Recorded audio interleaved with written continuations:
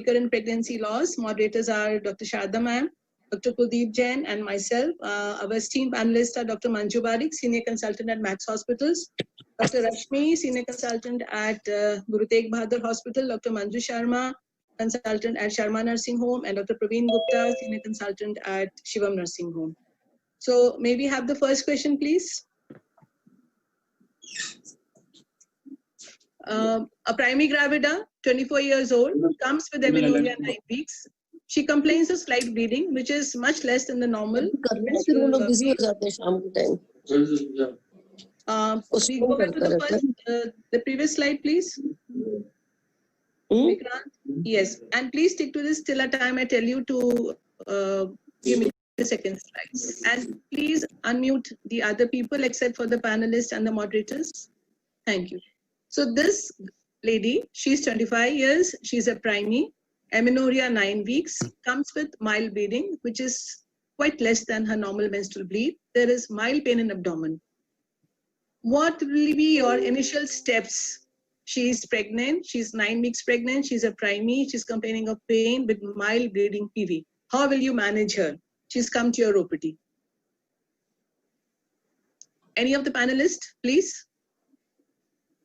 Okay, so she's 24 years, as a very young lady. She comes at 9 weeks amenorrhea. So first thing is that we presume it to be pregnancy, but we need to confirm that she's pregnant. So maybe we can, during pregnancy test can be done if it has already not been done earlier. And now she's complaining of slight bleeding PV, which is a very common finding in the case of early pregnancy in the first trimester. And the initial, but she's also having slight pain in the lower abdomen. So first I like to do the examination to see that, in this case, we don't know the location of pregnancy. So it is very important to rule out that it is intrauterine or extrauterine ectopic pregnancy may also be there. So clinical examination is important to be done, that but she looks to be very stable patient. So I like to do urine pregnancy test, confirm pregnancy, and localize the pregnancy if in the premises only ultrasound is available. So we can avoid PV examination and we can directly go with the transvaginal sonography in this case. Doctor, will you speak a little louder? Is Dr. Praveen? Yes. No, so, that is Dr. Rashmi was speaking. Yeah, I was speaking of the. Am I audible? So, Doctor, yeah, you are audible. You need to be a little closer to your mic because we can hear you. So, Dr. Rashmi, you mentioned that you would want to avoid a pervaginum, but you will go for a TVS. Yeah, if it is in the, like nowadays OPD, it is part of your examination only. So if it is available, otherwise I can go for the PV examination also.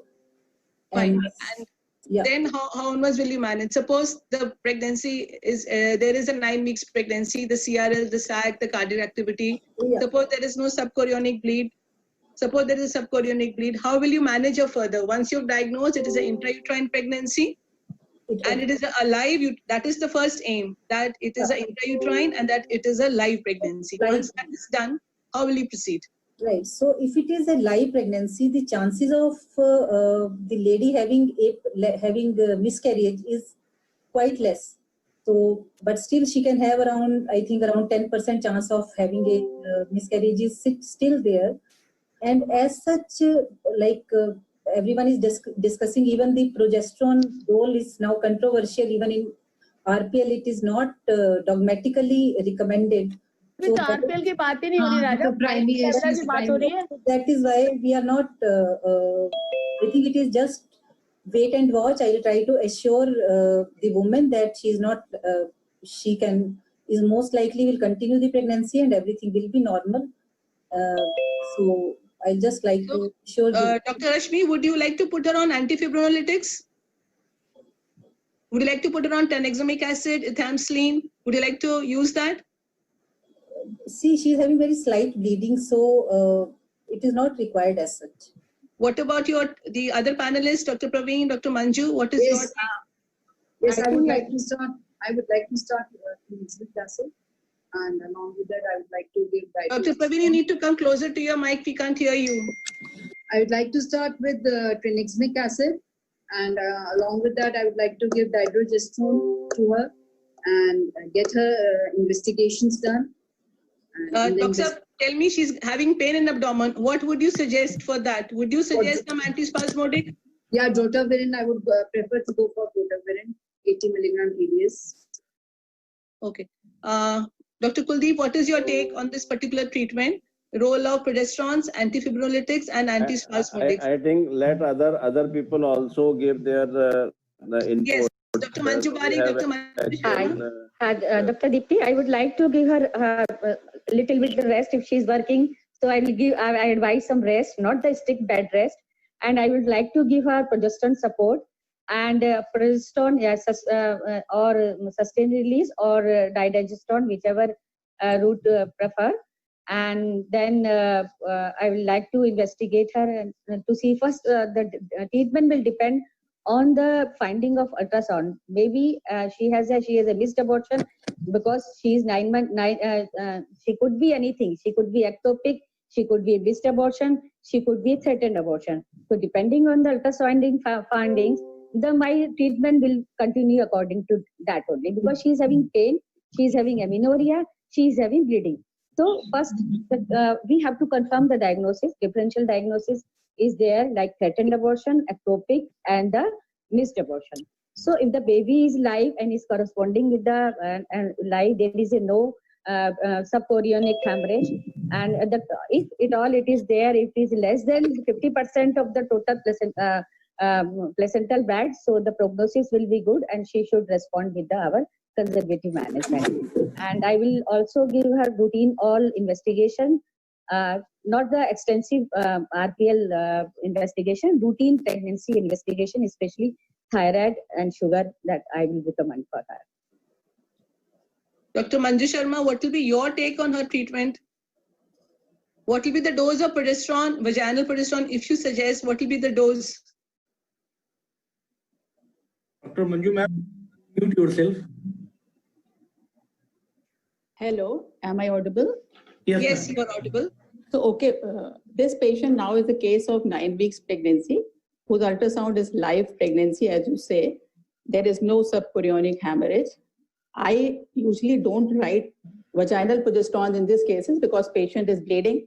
So I give oral dydrogesterone, 10 milligram twice a day.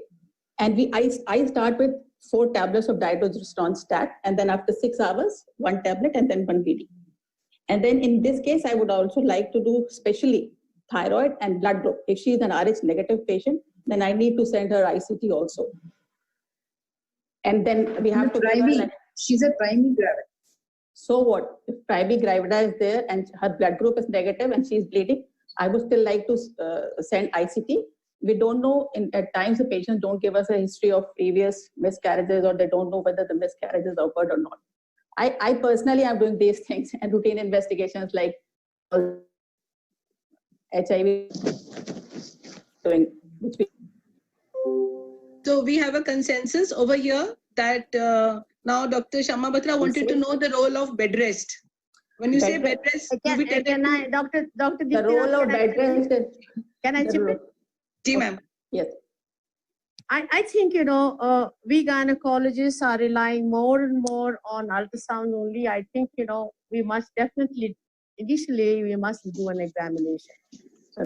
Yeah, ultrasound will definitely follow. Ultrasound will definitely follow, because in nearly whenever even there is a slightest spotting, 50% of time you may not have a fetal heart activity. Good that she has had it. I feel very strongly that no antispasmodic to be given. I feel very strongly no tranexamic acid to be given. One should use a minimal medication. Whatever is a normal in pregnancy and deficiency, that particular part is to be done. And my request to all gynecologists who have said that, please go back, that you are not supposed to give these kind of investigations. And naturally, once you have done hard on this particular patient and the fetal activity is done, no subchorionic hemorrhage, the prognosis is good.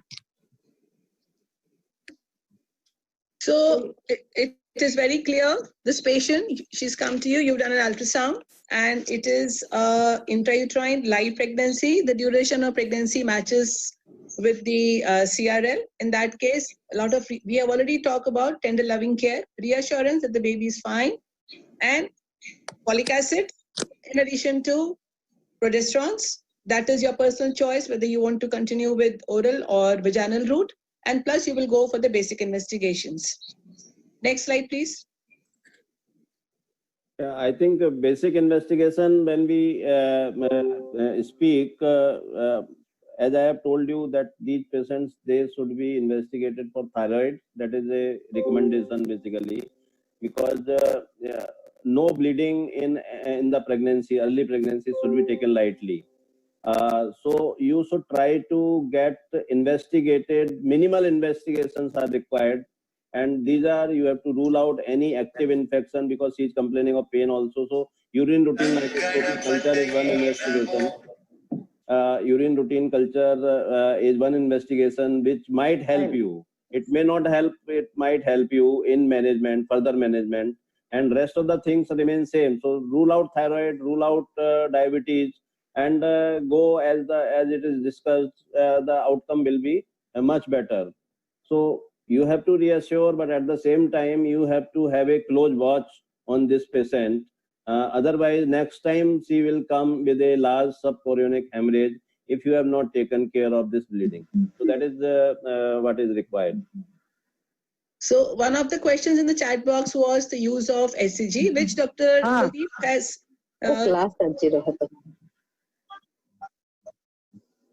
So already highlighted that HRA guidelines do not recommend the use of HCG in the treatment of uterine abortion. But see, 9-week pregnancy, it may not help HCG, but if it is little early pregnancy, maybe 6 week, when the patient coming at 6 week, it might help because many of these patients, though she is a spontaneous conception, she is a young lady, but the same patient, if it is say having an infertility problem, then in those patients, because there is a lot of defective folliculogenesis, and in these patients, HCG might help. So depending on, because she is spontaneous conception, 9 week has already passed. There is already a uteroplacental shift occurred, and this is the time when so HCG may not be helpful in this particular patient. So doctor, in these kind of patients, suppose she was 6 weeks and she comes with a bleed, would you, when you look at the corpus luteal cyst, does that give you some reassurance? Yes, certainly. We always look on the pregnancy, on the adnexa. So if you are having a good, what you call corpus luteum, nicely formed with a ring of fire, then usually whatever you give, like progesterone, because that is not the cause of this bleeding. You have to find another cause of the bleeding in that particular patient. Yeah. So this is something I would want all my friends and colleagues to please understand, that if this is a little earlier pregnancy and you do your scans in your clinic and you see a good corpus luteal cyst, then you must please understand that progesterones really might not be needed. Okay, so we move forward and the patient comes to you with severe bleeding. Now she says that she's come back to you again and she's passed some clots. So how will you manage her now? It is no longer a mild bleed, it is passage of clots. Any of my panelists, please? See, if she's coming with severe bleeding, so first of all, we need to assess the hemorrhage and the general condition of the patient is very important, whether she's hemodynamically stable or not. And as she is coming with she tells about passage of clots. If it is, she just informs, she can actually, sometimes they bring the clots also, actually that products or whatever is passed is also should be seen, because whether she has already expelled the sac or not, if it is there, and sometimes it can be sent for histopath examination also. And otherwise we take care of the general condition, and in this case, I would like to do PV examination to assess what is the status of the cervix, what is the size of the uterus, and so as to know what is the means at what level she is in the process of miscarriage in this pregnancy, whether it is incomplete, whether it is inevitable, or whether she has completely aborted also. So I like to do PV examination in this case. So you've done a PV, the os is open and you can feel something in the canal. Would you like to go for an ultrasound, Dr. Saab? See, now the os is open. It is sort of a incomplete. She has past clots also. So it is incomplete. She's having severe bleeding. I don't think there is any need of going for ultrasound in this case, and we can go for proceed with the depending on the bleeding. Either we can go for misoprostol, or we can give meso also, or we can go, if she's having very severe hemorrhage, then we may have to do instantly the evacuation also, surgical evacuation, because we have to manage that bleeding in this case. So I would like the opinion of the other panelist that if the os is open and you can feel something in the canal, would you like to go for an ultrasound to confirm either it is a complete abortion or an incomplete? Or that helps you to make a decision whether she needs surgical evacuation, or will a medical management be sufficient? Dr. Praveen, your take on this? I think if her os is open, she's already having an inevitable abortion. She's definitely going to abort the products. So I don't think so. Ultrasound will be of any use on it. Looking at the general condition of the patient and the amount of bleeding, if she's having hemorrhage, we have to go for a section evacuation. Or the bleeding is because she's past clots, that means the bleeding is excessive. So it is better we go for a section evacuation in this case. So you will not, after doing a PV, you will like to go for a suction evacuation. You would not keen to do an ultrasound. Okay, Dr. Manju Sharma, Dr. Dipti, I would say कि if you want a medical abortion, so I would like to do a ultrasound. If you don't want to do surgical evacuation, the patient's condition is not critical, and if she was a medical termination, but we should do an ultrasound beforehand to see exactly the amount of POC, so that we can reassess after the medical abortion is done, and after 1 week we can assess. And the patient is bleeding heavily, and so no need to do, and there's no time also to do ultrasound. We can straight away go to DNC or evacuation. Okay, so in your case, if the patient is bleeding profusely, there is no time for a scan. You would like to go for a DNC right away. But if it is a moderate bleeding, you would like to do an ultrasound and then take a decision for whichever the procedure, so that you can have a follow-up. Dr. Manju Sharma, what is your take? Ma'am, actually the doctors who are having doing ultrasound themselves, they should do an ultrasound before. But in my case, because I don't have an ultrasound at my clinic, and if a patient comes to me with this history of threatened miscarriage and now she's going into inevitable, like I'll do a PV, if the os is open, I can see the products, I usually do an evacuation. And otherwise, we can always go for an ultrasound if you have an ultrasound in your clinic. So that is, in your case, it is optional whether you have the facility for an ultrasound or not. Or not, yes. So Dr. Kuldeep, now please, sir, आपका opinion बताएंगे. Considering the fact that we need documentation for every step, and we need to show to the patient that despite the bleeding, that some patients might insist कि शायद baby ठीक हो, आप एक ultrasound करके देख लीजिएगा. I think you have to be very sure first that whatever you are conveying to the patient, because if you are not convinced that the os is closed or not, certainly ultrasound will be required, because she is come with severe bleeding, passage of clots. So ultrasound may not be that helpful in the management as such. For documentation purpose, you might, but it is not the routine practice when the patient is coming with severe bleeding, with a history of passage of clot, and done a PV, os is open, may not be very helpful. So except for documentation, we really don't need it. Yes. Can I chip in here? जी ma'am जरूर. Whenever patients of this kind used to happen, I'm just talking about my residency. Yes. It was told to us, that time there was no ultrasounds. Yeah. It was told to us, please secure her vitals, everything is okay, put an IV line, reassure her that you are in a process of abortion, another 15 minutes, the severe pain will go away and you will abort on your own. So we should not be too energetic to put instruments inside the uterine cavity. Just give her 15 minutes. Or half an hour, 45 minutes, and that's it. If she's severely bleeding, yes. But otherwise, if she's severely not bleeding, let her have a natural course. The only thing what you need to secure is an IV line for her. That's all. If she's at home, reassure her that in a matter of half an hour, she's going to abort everything. And whatever she's going to abort, please see to it that particular tissue, she gets it for you. So you can send it for histopathology. That's will be my approach. I don't rush for evacuation immediately. So we have a very clear carry home message that you and a first assessor regarding her hemodynamic stability, start an IV line in any case, assure her, wait for a while, she aborts spontaneously, because we know as we go forward that instrumentation in a primary will come with its own repercussions. You have to counsel her, you know.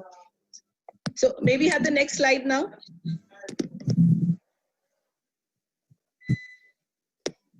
Meanwhile, Dr. Vandana wants to know what will be the role of adding syntocinon to the IV drip in case you are waiting for her to abort spontaneously. And that is why there is a place here. In case if she's already come to a hospital, the gynecologist become energetic. And your energy should be that check the vitals and set up an IV line. Don't do anything. She's just 9 weeks. Give her a time of half an hour.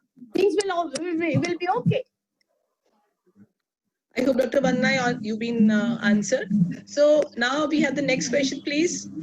Vikrant, आप अगर इतनी slide बदलेंगे तो the flow हट जाता है. Maybe have the next slide, please. I'll just like to add that if she is RH negative, then now that she is aborting, we should give LTD also. Correct. Yes. That Dr. Manju Sharma has already highlighted that she would go for a blood group NRH. Okay, now this is over. She's aborted and it's been 2 weeks. She comes back to you for a review. How will you counsel her? And now she's worried whether this will happen again. What investigations will you? So first question is, how will you counsel her? And the next is, what investigations will you order? Because she is a young primate, at 24 years, there are almost 11% chances of abortions. So I would just counsel her that it's 11% common. And we have got the investigations already done: thyroid, diabetes, blood group, and routine investigations. Urine culture, yes, I am very passionate about doing urine cultures when the patient comes to me. That is all I would like to. I wouldn't like to do or anything else in this case. Dr. Vikrant, please see that everyone else is muted, please. Okay, so that is Dr. Manju Sharma, but how will you counsel her? How will you tell her that it was, what is the incidence of a sporadic abortion in a primary, and when she's worried for a subsequent pregnancy? 11% chances at this age, between 24 to 29 years, there are chances of 11% of patients aborting. Most of the time we have this thing, aneuploidies. So no need to, I don't think I would not go for any test in this case, besides what we have discussed: thyroid and blood sugar, blood group, and all the HIV and everything which we have done. The viral markers. Viral markers and the urine culture sensitivity I do like to do. I do it very frequently. Because asymptomatic bacteriuria, whatever it is, I would like to treat that also. Definitely. I won't go for anything. Another thing I'd like to say is that I'd like to counsel the patient not to get pregnant for at least 3 months. Yeah. And one thing, yes, I also do this rubella IgG. Yes. We have to see if this patient is rubella IgG negative or positive. So if she is negative, then I would like to give her an MMR, and then I would tell her not to get conceived. Initially it was 3 months, now it is reduced to 1. But then in these patients, I do tell them to come preconceptionally also. I do this thing also, yes. Hemoglobin electrophoresis I also do. And then I start folic acid 6 weeks before conception also. This is what I would do in this case. Dr. Manju, you mentioned about rubella. Yeah. Now, suppose the rubella test is positive. She'll be worried that rubella ki wajah se abortion hua hai. What will be your take on that? So rubella. So we will be covering this question and further. But since you already mentioned that you do a rubella, if that is negative, you give her MMR. If it is positive, what will be your next step? Now, if the rubella IgG is positive, I would tell her she is immune and she need not worry. And then if rubella IgM and IgG both are, I don't advise IgM. I only advise IgG, and then I vaccinate them. Good, Manju. Dr. Manju Parikh, आप कुछ कह रहे थे? हाँ, she's a primary. She has one abortion. This is a sporadic abortion. In that case, we can, if the patient is very keen to know the cause of abortion, I can advise her torch analysis, because this is the time when we can do because torch is not the cause of recurrent pregnancy loss, but for a sporadic abortion, it can be there. So it is just for her satisfaction, we can get it done. If the, as he said, rubella is IgM is positive, this could have been a cause. If the toxo is positive, IgG, IgM, so we can treat in between her pregnancy, so that because the toxo, it is only toxoplasmosis which needs the treatment in between pregnancies. So we can do a torch, and beside the thyroid, diabetes, and T3, TSH and T4 we have already covered, and thalassemia, that is a routine part of antenatal care. So this is the time we can do torch, if at all we want to do, not for the recurrent pregnancy loss, but for the sporadic abortions. So your next question comes on this only.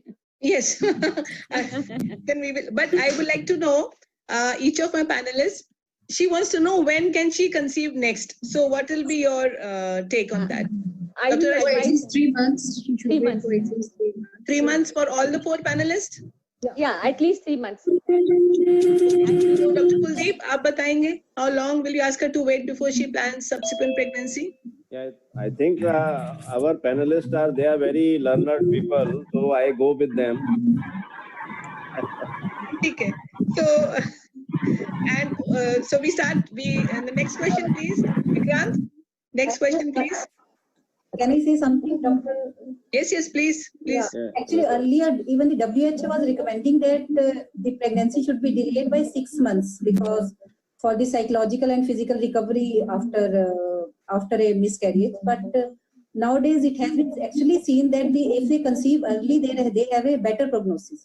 So there is no need to delay more than 3 months, and actually we can just start folic acid, and so it will give a periconception benefit of folic acid can be given. 3 months are good enough for her to recover, and the counseling part, we have to be actually counseling has to be very good at this stage, because in around 40 to 50% of the women it causes the psychological morbidity, this abortion, and that generally remains a neglected part. We investigate, but we neglect the counseling part or the psychological aspect of a abortion, and that is very important. So she needs to be told that I think around in less than 10 weeks pregnancy losses, it is around 80% are due to aneuploidy, which is just a chance event at this age. Yes. Is not likely to recur, and she has as good a prognosis in next pregnancy as any other woman without abortion. So she has to be counseled on this aspect very much. Yeah. Fair enough, because it is a one-time, a sporadic incident, Yeah. and most of them are because of aneuploidy. So the chances of having a successful pregnancy are very high. Now, Dr. Dipti, I Dr. would like to Dipti, give can I vitamin chip in? B12 or Please, B12 ma'am. also. Jarur. I'm an old timer. I think there is no hurry to become pregnant. Tell her 3 months she will take to recoup, counsel her very properly.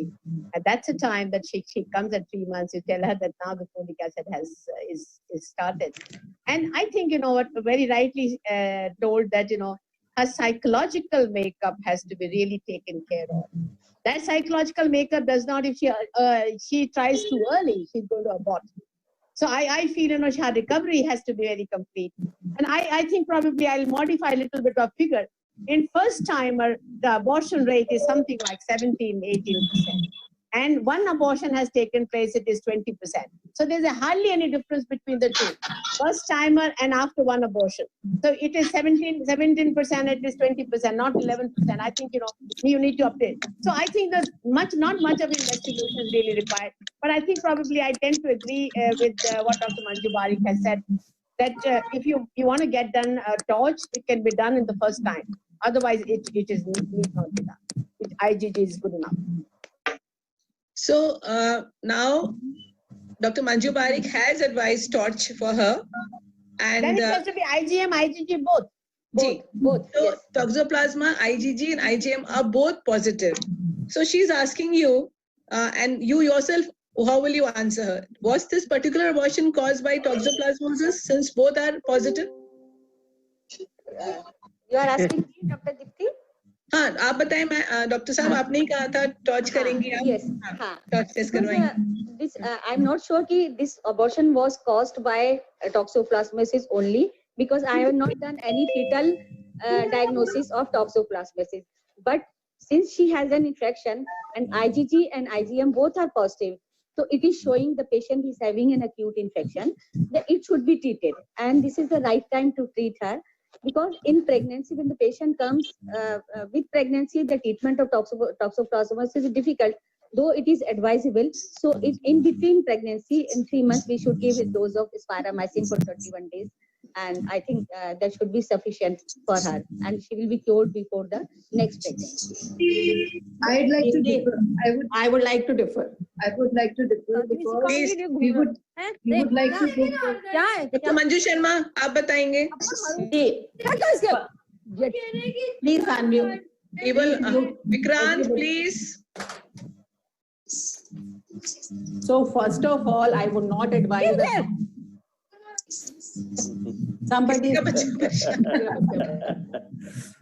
I think शाम हो गई इसलिए बच्चे irritate हो रहे हैं. बताएं doctor Manju Sharma. अच्छा, अभी तो ये पेशेंट करा के आ गई है, तो हमें कैसे काउंसिल करना है? अगर if the toxoplasma IgG and IgM are positive, then we have to actually see what time the infection has occurred, because in toxoplasma IgM can remain till 1 year also. So in this case, we should go for IgG avidity test. Correct. IgG avidity test, if high, it shows that the infection was 4 months before.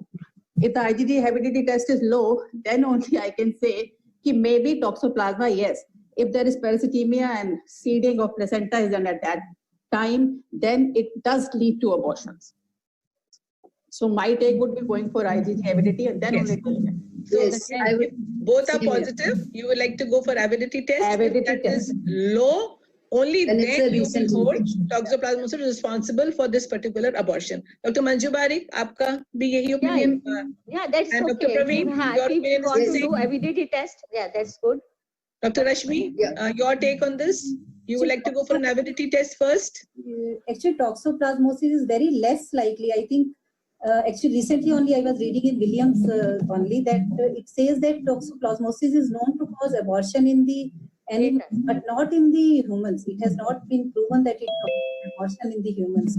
रश्मि एक बात है, It does cause, it तो ये does cause. Findings बता रहे हैं, तो अब विलियम्स गाने की क्या जरूरत है? Ma'am, whether this toxo was actually, whether we should You do an avidity test, and if the antibodies are low, it is an acute infection. Yes. If the antibodies are high, it is a past infection. So you know, Williams and Garnick, अब तो patient अपनी finding लेके आई है ना बेटा? can be. If So that, infection we can do. so now the next question, Vikrant. The next question is that, okay, we have done an avidity test.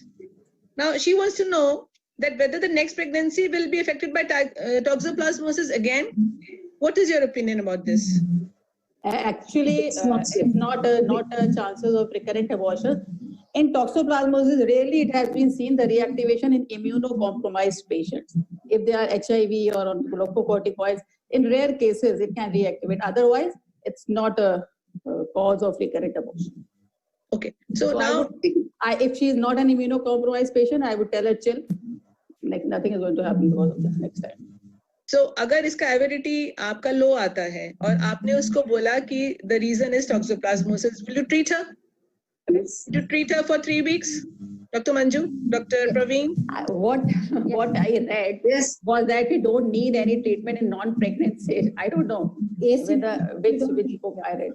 I'm not Would you sure like about to it. treat her in that non-pregnant interval? Once It's a self-limiting disease. It's a self-limiting disease. It doesn't require any. She's already aborted. Okay. She would have- Now, please keep it in mind that this particular patient with IgG, IgM positive and low avidity, you have not treated her, but she comes back with the pregnancy after 3 months, a UPT is positive. Now, how will you manage her? Keeping in mind her past history of IgG, IgM, toxoplasmosis positive and a low avidity, how will you manage her? Then we can put on spiramycin for 3 weeks just to avoid the fetal-placental transfer. My take, I can't tell about others. Repeat IgG titer. If the titers are increasing, so it means she's having infection right now. So she can be put on spiramycin. And the definite fetal diagnosis is done by amniocentesis. And that is then PCR, amniotic fluid PCR will confirm if the baby is having toxoplasmosis. Then we can start with all So- triple drug therapy for her. So we can think of a seroconversion. We have known cases where a previous negative report can become positive, or it can, like, reactivation can occur. So would you like to? Not in the Can I take it up? Ji, ma'am. Yes, ma'am.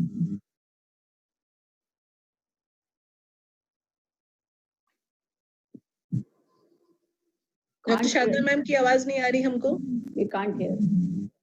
Vikrant, doctor Sharda ma'am की आवाज नहीं आ रही.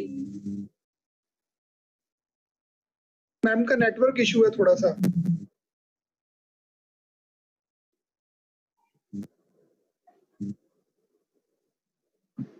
Usually in toxoplasmosis, we don't have any reactivation of the infection, resurgence or reactivation. Don't get investigated.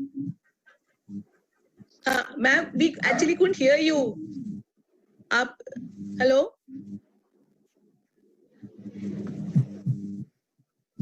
Doctor Kuldeep, तब तक आप बताएंगे doctor साहब. Can I take it up? जी ma'am. You were not audible. Question, जब भी हम इन्वेस्टिगेशंस कराते हैं, हमने कराया, पेशेंट का आप पॉजिटिव आया, हमने उसका एबिलिटी टेस्ट किया है, that is the right approach. And अगर पेशेंट को हमने डायग्नोस किया कि ये अभी एक्यूट इन्फेक्शन है, राइट देन एंड देयर आप ट्रीट करो उसको. Yes. विलियम्स क्या कहता है, ये क्या कहता है, ये दैट इज इमटेरियल. आप जो स्टैंडर्ड ट्रीटमेंट अवेलेबल है वो आप ट्रीट करते तो ये सिचुएशन आपकी नहीं आती है. नहीं तो कोई इन्वेस्टिगेशन ही मत कराओ. Yes, I think that is right. I agree, ma'am. I'll give the statement. Actually, simple case को complicate बना दिया and then. और फिर ये एमनियोसेंटेसिस करके उसका and then करेंगे. you are- कभी then- सुना है आपने एमनियोसेंटेसिस करके टॉक्सोप्लाज्मा? Yes. कितने लोगों ने कराया है कभी? नहीं. See, we should not be very theoretical actually on this ground. It is very simple. Primary gravida, not much investigation required, as we have already discussed. Until unless there is some exposure or some high risk. So you decide your investigation line according to the profile of the patient, basically. So otherwise, first abortion usually doesn't require much. Don't need investigation. Don't need photos. So it is very clear. Once you've done a torch test, toxoplasmosis positive with the low avidity, you will please treat her. Correct? You will please treat her. Yes. And now that she's come back to you after 3 months with the pregnancy, what will be your take regarding her worry about toxoplasmosis occurring again? Would you do the test again, Dr. Rashmi? Dr. Praveen, आप बताएं. Would you do the test? Toxoplasmosis is not known to cause resurgence or recurrence. It's a self-limiting thing, and once we have already treated the patient, I would not like to repeat the torch test. Correct. What about the other panelists? Yes, no need to just do I am an a no- ultrasound. I am a no torch person. I would not have advised in the first instance. कोई बात नहीं मंजू, अगर करा लिया, patient बाहर से करा के आए तो आपने जो भी कुछ करना है वहां पर वो हमने नहीं, कर नो टॉर्च पर्सन. चलो वहां तो हमने बता दिया, फिर एविडेटी कराओ और वो सब कराओ. डॉक्टर कुलदीप, आप क्या कहते हैं? आप वो सेकेंड टाइम प्रेग्नेंट होकर आई है, उसका ट्रीटमेंट हो चुका है एक बार. Would you not focus on this again? No, you have to just counsel us that we have to, if we really need to have a good pregnancy outcome, then whatever is the recommendation, we go ahead with the recommendation, and there is no need to worry about this toxoplasmosis. Okay. So we have the next question, please. Now, when we did the torch test, we had a look at the rubella also. This we have already answered. IgG and IgM were negative. This is already done. So the question has already been answered, that I will just counsel her that everything is fine. So we proceed to the second question. Second case. So this is a third gravida with previous 2 early abortions of 6 weeks duration. She comes to you for booking. Now she just come to you for booking. There are no symptoms of any threatened abortion or anything. What would you like to know in the history of previous abortions? She is just 6 weeks, gives history of 2 previous abortions of 6 weeks. She's conceived again and she's come to you for booking. What would be relevant questions in her history that would lead you to a diagnosis? First of all, we would like to know what was the gestation at which these abortions occurred. Early means what? 6 weeks. 6 weeks, बताएं doctor. 6 weeks बताएं. Then would like to know whether the abortus products of conception were karyotyped or not. Because depending on the report of the karyotyping of the products, we would like to, because she's already she's a case of pregnancy loss with early abortions at 6 weeks, and she's 6 weeks pregnant right now. I'd like to know whether the previous abortions conceptors were karyotyped. And what if she says that no karyotyping was done? What next question? What will you like to know? We would like to know that whether ultrasound or any whether pregnancy was confirmed or not, whether any ultrasound was done or not. In that case, we would like to know those reports, and if she aborted, whether any intervention was done, because in this pregnancy that will also be important, whether any surgical intervention was done or not in that case. So you need to have a documentation that she was pregnant, whether it was a pregnancy test was done, whether a beta HCG levels were done, whether an ultrasound was done. Now she shows you an ultrasound where both the ultrasound reports show an embryonic pregnancy. Dr. Praveen, what can you infer from this finding, that both the times the ultrasound report shows an embryonic pregnancy? Will you give you some lead? Yeah, it implies that it is most probably there's a genetic cause, underlying cause for these 2 early abortions of an embryonic pregnancies. Okay. Second scene is that you see her ultrasound report. She says that when I went first, there was a cardiac activity, and then next time when she went again, there was no cardiac activity. Though it's just a 6 weeks pregnancy, so we don't do it that frequently. But just a hypothetical question: at 6 weeks, there is a cardiac activity, and after a week she goes again. Does that still give us a lead as to the probable cause of her? Dr. Manju, yes. Any patient who, if she complains of a fetal heart presence and then it goes off in previous 2 cases, I would suspect this as a APLA case, antiphospholipid antibodies positive. This comes first of all in my mind. Wonderful. Dr. Kuldeep, ek aapse puchenge, since you're doing wonderful ultrasounds, is there any correlation between the size of yolk sac and the synchrony between yolk sac and the CRL? And any inference we can get from that? Yes, actually large, whenever you see a large sac, yolk sac more than 5 millimeter, it is highly correlated with the pregnancy outcome. And these are the patients who are more likely to go for a early abortion. If you are seeing a large yolk sac, so certainly yolk sac is one of the marker for the pregnancy in first trimester. So we will first look for, in her history taking, any evidence of documentation of pregnancy vis-a-vis a pregnancy test or a beta HCG, that too serial beta HCG levels and ultrasound. What is the next question, Dr. Praveen, you would like to ask her besides looking at the evidence of pregnancy? Anything in her family history to give you a lead? I would like to family history. Yeah, family history of any thrombosis or patient, or any history of thrombosis in patient, that is important for us. But because patient has come with you with pregnancy, I don't think we can do for any APLA antibodies test. Even the family history of recurrent abortion is also very important. That family history of recurrent abortion, that will give you a lead to the carrier status. But then this patient you said has a heart and goes away. In this case, history of consensual marriage. Marriage in the close relation, that is very important for the genetic causes. Good, that is also important. So Dr. Kuldeep had one of his slides shown us that we need to ask about the history of RPL in brothers, sisters and parents, because this also gives you a lead as to whether there is a genetic cause. We always ask the patient, आपके परिवार में कोई मतलब मंदबुद्धि या कोई मानसिक विकार वाला बच्चा तो नहीं है, So you need to be very specific about these questions. Anything else besides family history and her ultrasound documentation? Anything else in her history, Doctor? Dr. Praveen, since you are answering. Any environmental toxins?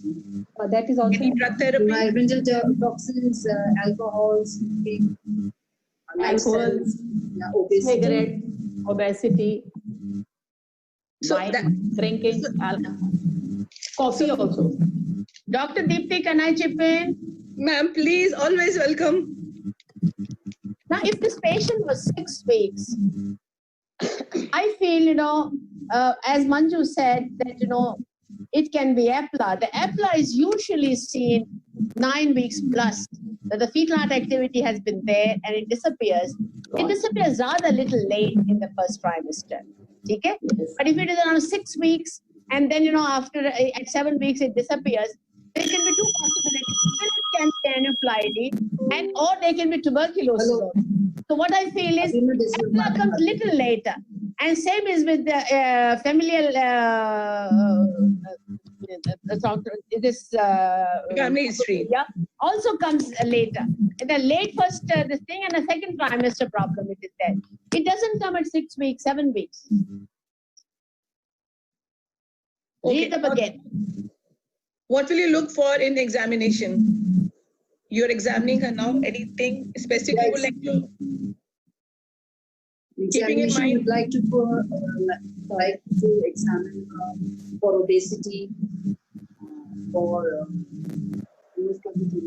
Treatment क्या दोगी?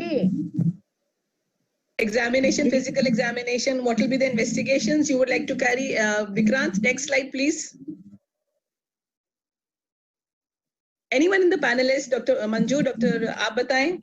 Anything specifically during her Any sign of examination? any endocrinal abnormality I would like to see, because this can also cause early abortion. And her other investigation has to be done. The APLA can be done in this. APLA should be done. Yeah, it should be done. APLA and? No, APLA and hormonal tests like thyroid की screening है and glycosylated hemoglobin है, that should be done. And ultrasound. So This patient has already come to you once she's pregnant. Once she's pregnant, we don't do EPLA antibodies. And as ma'am said, okay, fine, EPLA has got a late, but then in cases we have a heart and it goes off, we can suspect. I will do all the tests like thyroid, HbA1c, GCT, and urine culture examination. And because even if you find a carrier status at this 6 weeks pregnancy, she may be, if you are having a family history of recurrent abortion, she can be, they can be a carrier status also. But then for a carrier status, Manju एक बात बता, theory बात नहीं करो. कौन सा career status कराओगे और कहाँ कराओगे? ये थेरी थोड़ा ना हो रही यार. कौन सा करियर स्टेटस करो, कौन सी लैब करेगा?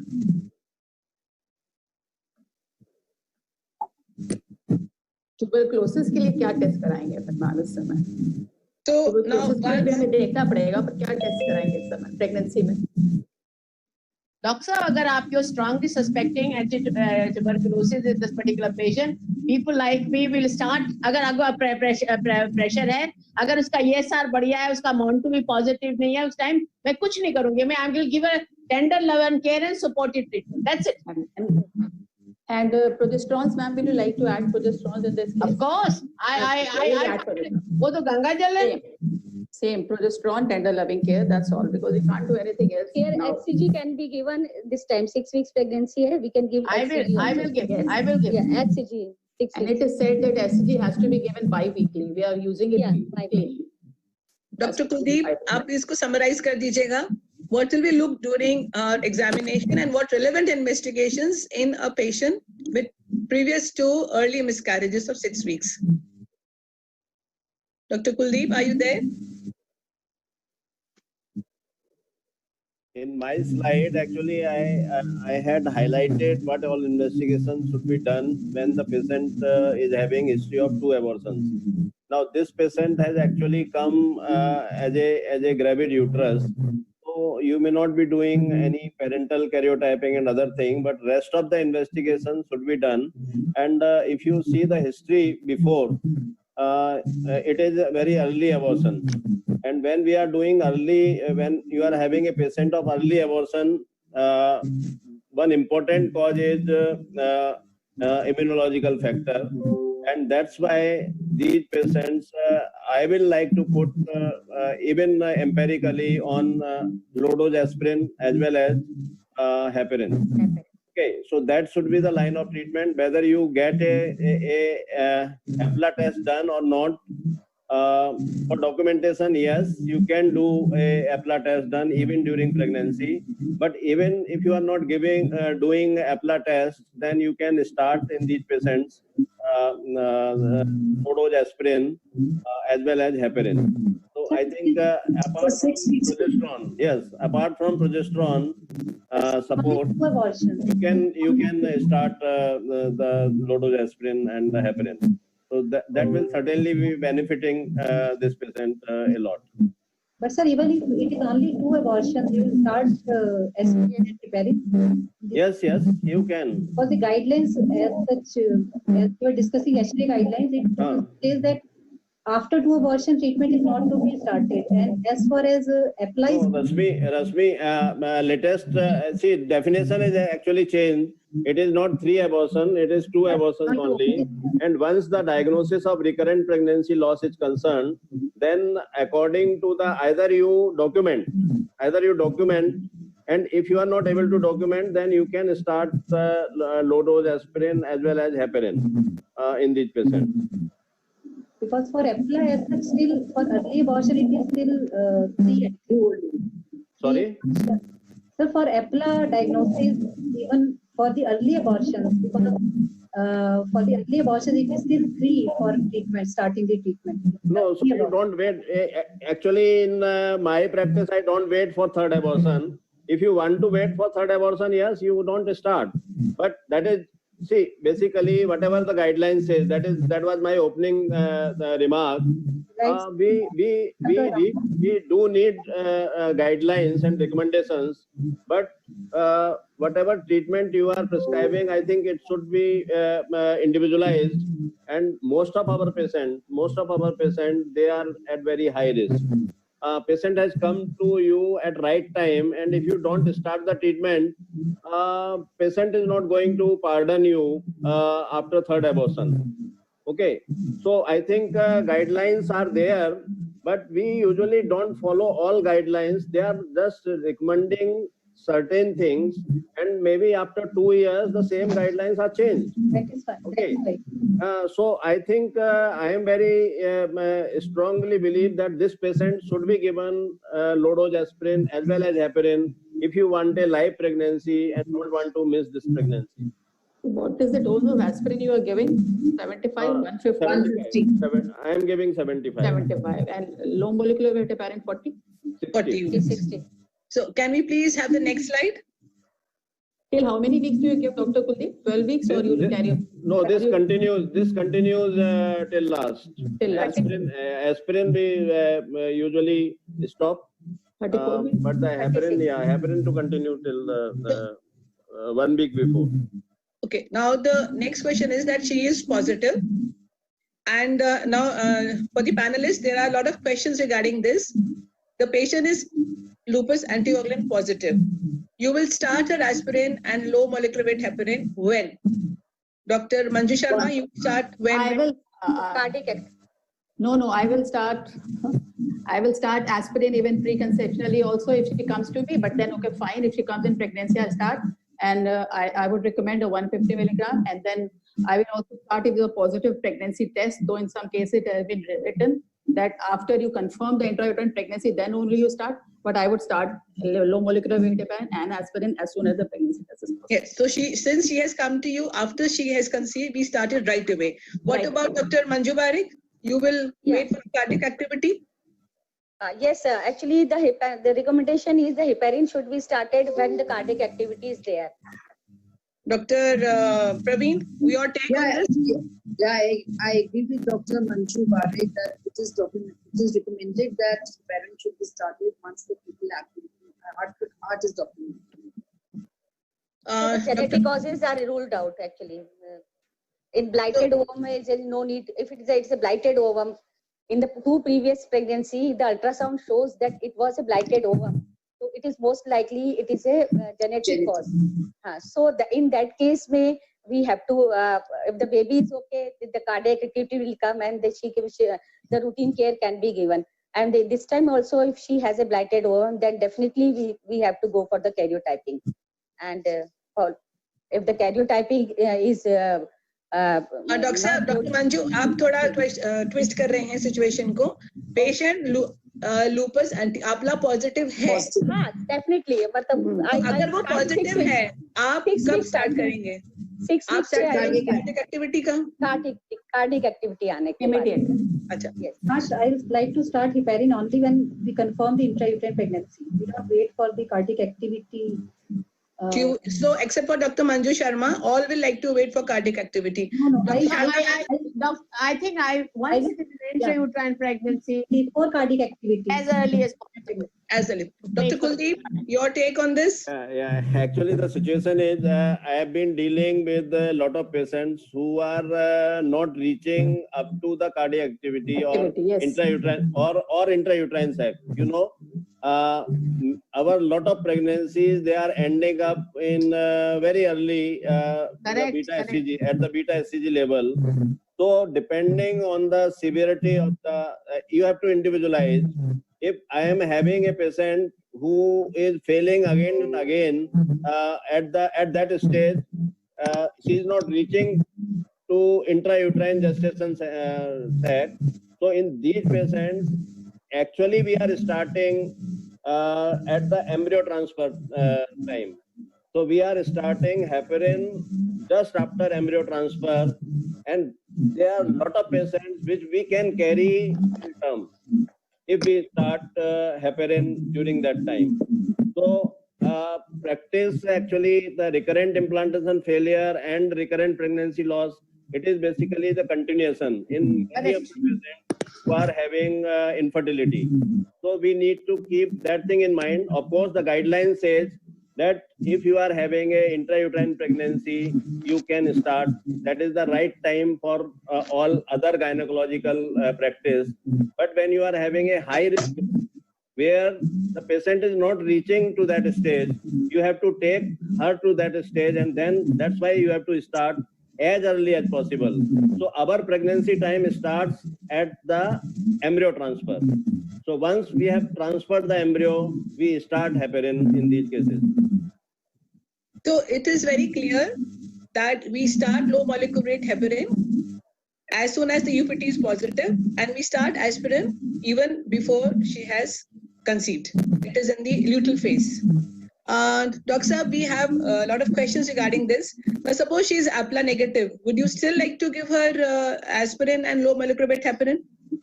Yeah, I have already answered that question. One other question has been asked. There are a lot of extended tests. Okay, so the option is, if the primary screen is negative, you can go for inherited thrombophilia profile, and then you go for protein C, protein S, factor V Leiden, MTHFR gene. But the recommendations like SRA, it is conditional. So depending on the condition, you can extend these tests to in your profile. Cover that also. Yeah, and many times you get the MTHFR, and these patients, they require the heparin. So either you start or you investigate and then start. Then you start. Yeah. Doctor, many times this happens that the patient is on low molecular weight heparin and she starts bleeding. So do you stop it or you still continue with the injections? Continue, Don't please. Don't stop heparin. Stop it. So this is for all my friends and colleagues, that while she's on low molecular weight heparin and she starts bleeding, please do not start thinking that it's because of heparin and you stop it right away. Please continue. The bleeding is because of the pathology. So we come to case number 3. Vikrant, next slide, please. Yes. Now a couple with previous 3 recurrent first trimester abortion is investigated. The woman has a balanced chromosomal anomaly on karyotyping. how will you counsel her and manage the next pregnancy? So this is a case of, yes, Dr. Manju. Now, this is a woman with a balanced chromosomal anomaly. So, how can we counsel her? First of all, I will take an opportunity to tell her, because you are a balanced chromosomal carrier, so you can get your family also tested for this, so that in future your brothers and sisters will end up in recurrent abortions as well. That is, and secondly, patients will be phenotypically normal. There won't be any problem in the patients, but the offsprings may have problems. So there are many chances. This patient can have a normal baby, this patient can have a carrier baby, or this patient can have an unbalanced chromosomal fetus, which may have congenital anomalies, or she may abort. So we can tell her that she can go on conceiving naturally also, she'll get a live birth baby, but she may face many recurrent abortions in between. And secondly, we can also guide her about the pre-genetic testing. In these cases, we can do a pre-genetic testing, and then we can transfer the normal embryo. So, and if still there is a problem, then we can ask, does this woman has a problem? Then we can go for donor oocyte, donor egg also. So these are the options which we can go for this patient. So, Doctor, there is some questions, I think. Some colleagues of mine want to know if the patient, we talked about heparin should be continued despite bleeding. Aspirin is also to be continued despite bleeding. Yeah, usually we continue till the patient aborts. Okay. We try to say, we should, actually if you stop at that time, then your whole purpose is defeated. Because these patients usually many times they will keep on bleeding, they will continue to be admitted for 5 days, then you will discharge them on the same protocol, they will continue, again they will come. So, the situation is actually not very good in these patients, but you need to continue till you are having a fetal heart and patient is not in the process of abortion.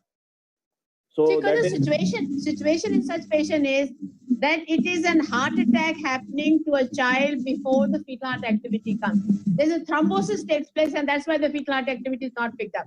So that is why you need to give a low molecular weight heparin before the fetal heart activity gets started.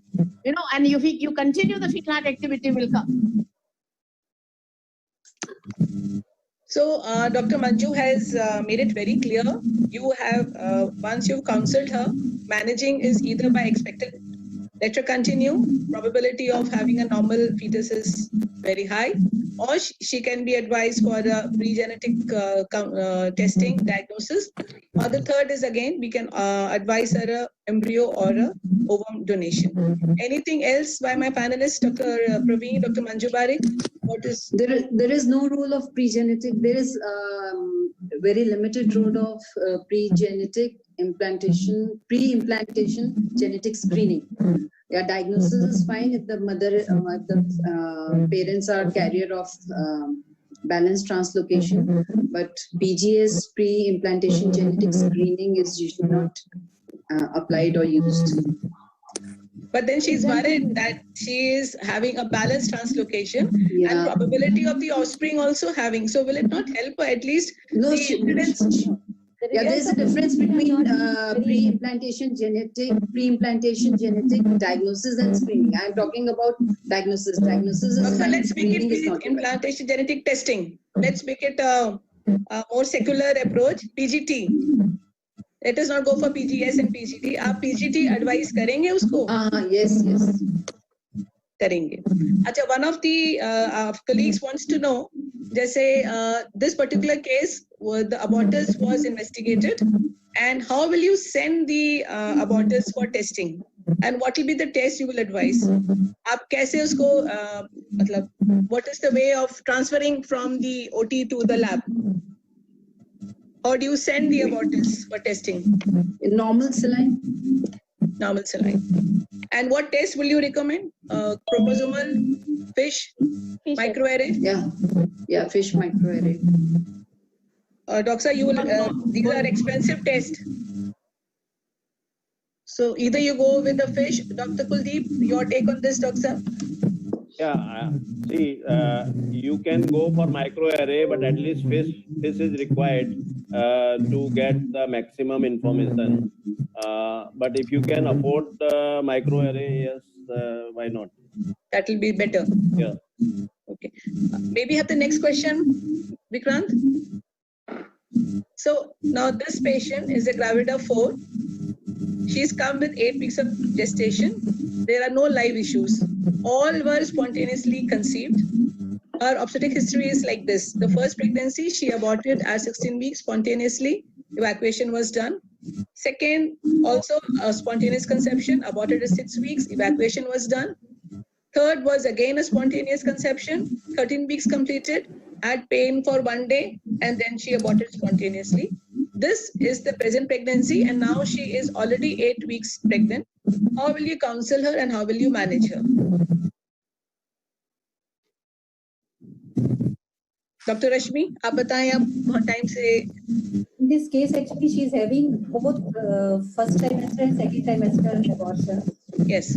And so it can be a chance event also, and she may have a normal outcome next pregnancy. So that needs to be conveyed to her. But otherwise, all the causes, if we look at the causes of first trimester and second trimester abortion, somewhere there is an overlap.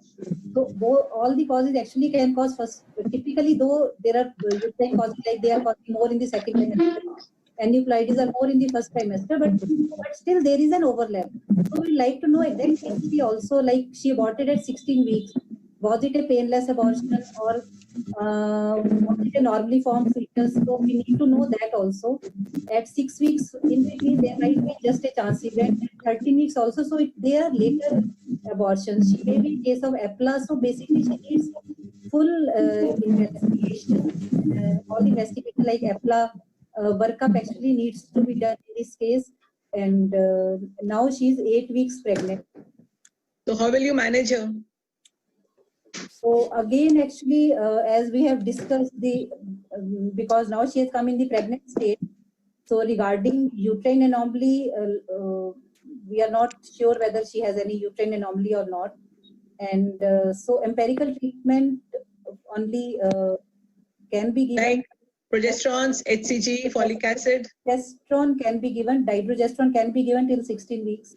Oral dydrogesterone actually is known to, it has been seen that it is effective in some good studies, it has been seen. So that can be given, Difestrone can be given.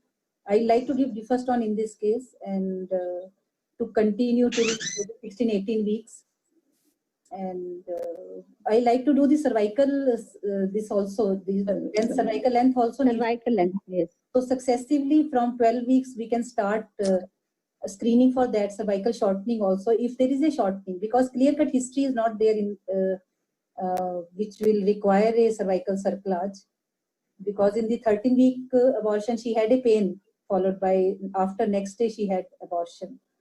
So that way I like to go, and the whole profile, all the causes need to be considered because she has 3 abortions, and second abortion actually they have poorer prognosis in the next pregnancy outcome. So we have to closely watch her, screen for the cervical shortening, and we can start the Difestrone. Maybe like again it is controversial at this gestation.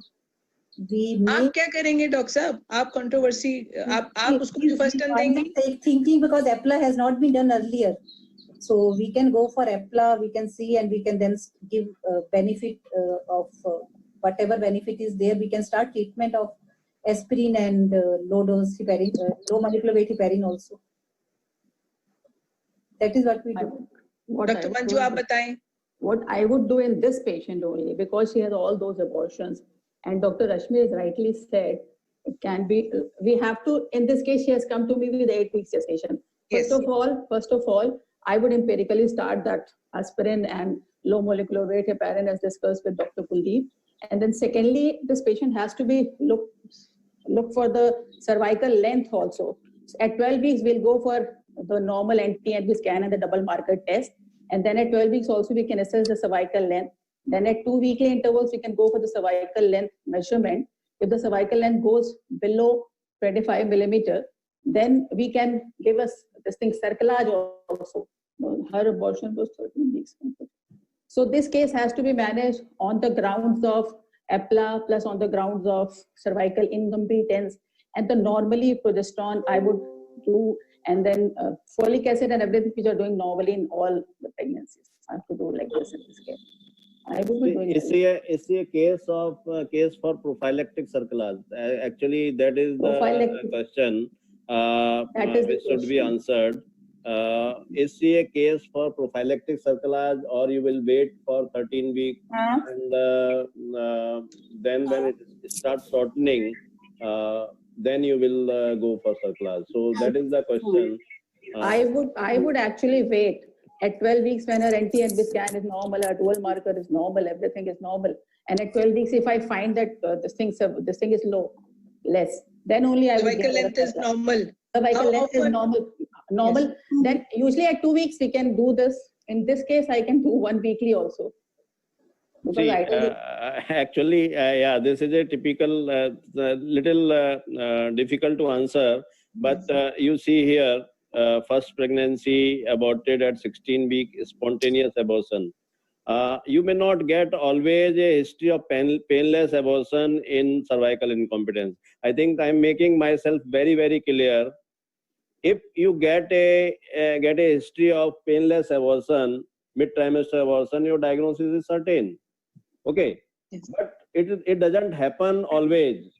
So you have to keep 2 plus 2 and try to make it 4. And this is one particular case. She has given you definite hint that 16-week spontaneous abortion. Next was, this is already discussed, that multiple etiology might be there. So she could be a case of EPLA as well as cervical incompetence. Second abortion, 13 weeks completed, had pain for 1 day. Now this pain was because of the some other reason, you don't know, there is no test for that. It is just coming from history. So I think this is a very ideal case for prophylactic cerclage. That is how I see this case. Normally, we don't give prophylactic cerclage. It is not recommended. But this is a case where you cannot afford losing a pregnancy just by waiting, because she has come at right time. So you take all precautions here. So she gets a pregnancy once the dilatation starts. And if you give a cerclage, the chances of continuing pregnancy are less. There are enough studies. When the dilatation starts and you are giving a cerclage, it may go up to 28 weeks, 30 weeks. If there is no dilatation and you are applying a cerclage, it can go up to 32 weeks, 34 weeks. So even if you can make a difference of 3 weeks, 4 weeks in her pregnancy, that will really help. And probably this is a case for prophylactic cerclage. Sir, at what time you will give the prophylactic cerclage? At this is 12 weeks? 12 12 weeks. weeks. 12 weeks. Yes, 12 weeks. yes. so sir, if at 12 weeks we are doing NT-HB scan and everything, and the cervical Yes, length is yes, 4, Yes, yes. 4 13 weeks. centimeter or 3.5 centimeter. Usually we are doing it at 12 weeks. So at 4 centimeter and the 12 weeks NT-HB scan normal, that is the right time according to Yes, you to get yes, the yes, cerclage. yes, 30. yes. So what is the harm if I wait 1 week more and see for the shortening of the cervix just to confirm the diagnosis? Is there any like? See, Dr. Manju, there is no harm. There is no harm. But if you see the typical history of cervical incompetence, it is usually decreasing by few. 13 weeks. Okay. So last abortion was at 13 weeks. 13 weeks. So, So before that's why that, ideal 12 weeks. time will be 12 to be weeks done, here. 12 12 weeks. weeks. Yes. Dr. Sir, are there any comparison between use of vaginal progesterones vis-a-vis a cerclage, a McDonald stitch, and use of vaginal progesterones? I am Any not aware. comparisons? I am not aware. Okay. So we go to the next and the last case. Dr. Deepti, Ji, I ma'am. think I will have a little difference of opinion with Dr. Jain, because I feel, we do not know at 16 weeks what had been a follow-up. Sometimes the pregnancy may continue, but she must have it must be missed much earlier, which probably speaks some other pathology. So once we do not have that kind of a documentation, people like me will like to wait, and in case if we find that at anti-scan time it is 4 centimeter, I will still wait. I will still wait because I think, with these days with progestogens, cerclage role is there, but it should be there when it is indicated. I am not sure whether in history available at 13 weeks she's aborting, at 16 weeks aborting. Nobody has said it was alive till yesterday. So I think, when the history is not there, I will tend to wait in her. Yeah, I do agree with you, because that's why I put this case, because they are bound to be having difference of opinion in managing this case. So these type of cases, they need to be discussed thoroughly. We have to have all pros and cons in mind, and then we decide. So that's Because why yes, I think very right. yeah. Because in this particular patient, I feel there is an APLA is the great diagnosis. And I Yes. think we should really investigate on that, because I feel that 13 weeks also she aborted. At that time also it had been missed, and at 16 also it had been missed. So in case if it is something like this, then in that case I will, in case of 4 centimeters cervical length, I will not put her in cerclage. So the conclusion is this, that unless and until we have a documentation of a properly formed fetus 16 weeks, indicating that it was a case of... There is nothing like this. If somebody goes and does an cerclage, there is nothing wrong in it. If Dr. Kuldeep Jain does it, there is nothing wrong in it. It is just a difference of opinion. He may like to do it, he can go ahead. If I don't like to do it, I can wait and then see the repercussions. Your expertise matters.